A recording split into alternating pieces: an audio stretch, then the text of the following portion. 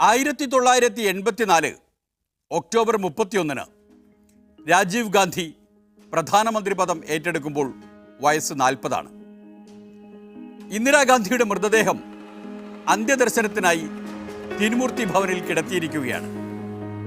ആളുകൾ കൂട്ടം കൂട്ടമായി കാണാൻ വരുന്നുണ്ട്. അതേ സമയത്ത് തന്നെ പുറത്ത് ദില്ലി നഗരം ആളിക്കത്തുകയാണ്. രണ്ട് ദൃശ്യങ്ങളും ദേശീയ ടെലിവിഷൻ ചാനലായ ദൂരദർശൻ മാറി മാറി കാണിക്കുന്നുമുണ്ട്.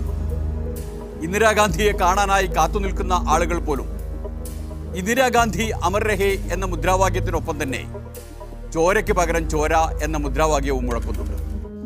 ഒക്ടോബർ 31 രാത്രി ആരംഭിച്ച ആക്രമം അടുത്ത 2 ദിവസങ്ങളിലായി രൂക്ഷമായി.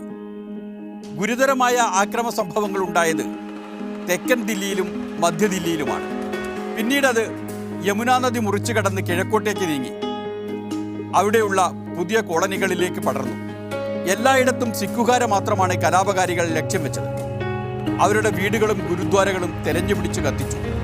വഞ്ചകരെ കൊല്ലുക, സിഖുകാരെ പാഠം പഠിപ്പിക്കുക എന്നീ മുദ്രാവാക്യങ്ങളുടെ അകമ്പടിയോടെയാണ് അഴിഞ്ഞാട്ടം. ദില്ലിയിൽ മാത്രം 1000-ലധികം സിഖ് പുരുഷന്മാർ ആ 2 ദിവസത്തിനകം കൊല്ലപ്പെട്ടു. മറ്റു ഉത്തരേന്ത്യൻ സംസ്ഥാനങ്ങളിലും ഇതുതന്നെ ആവർത്തിച്ചു. 18-നും 50-നും ഇടയിൽ പ്രായമുള്ള സിഖ് പുരുഷന്മാരെയാണ് കലാപകാരികൾ കാര്യമായി ലക്ഷ്യമിട്ടിരുന്നത്. പലപ്പോഴും അമ്മമാരുടെയും ഭാര്യമാരുടെയും മുന്നിലിട്ട് തന്നെയാണ് അവരെ കത്തിച്ചു കൊന്നത്. കൊല്ലപ്പെട്ടവർ ആര് എന്നതുപോലെ തന്നെ കൊന്നവരാര് എന്നതിനും രേഖയുണ്ട്.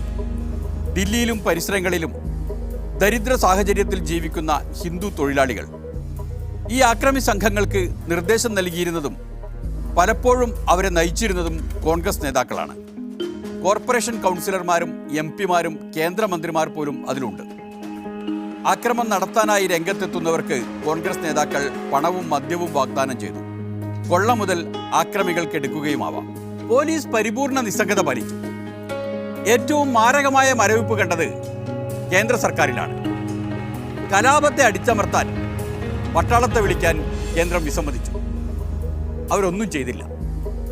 ഒരു വൻമരം വീഴുമ്പോൾ ഭൂമിയൊന്ന് കുലുങ്ങും എന്നായിരുന്നു രാജീവ് ഗാന്ധിയുടെ പ്രതികരണം. ഈ കഥയിൽ അങ്ങനെയാണ്. നായകന്മാർ മുഴുനീളെ നായകന്മാരായിരിക്കണം എന്നില്ല. രംഗങ്ങൾ മാറുമ്പോൾ അവരുടെ ഭാവങ്ങളും മാറും.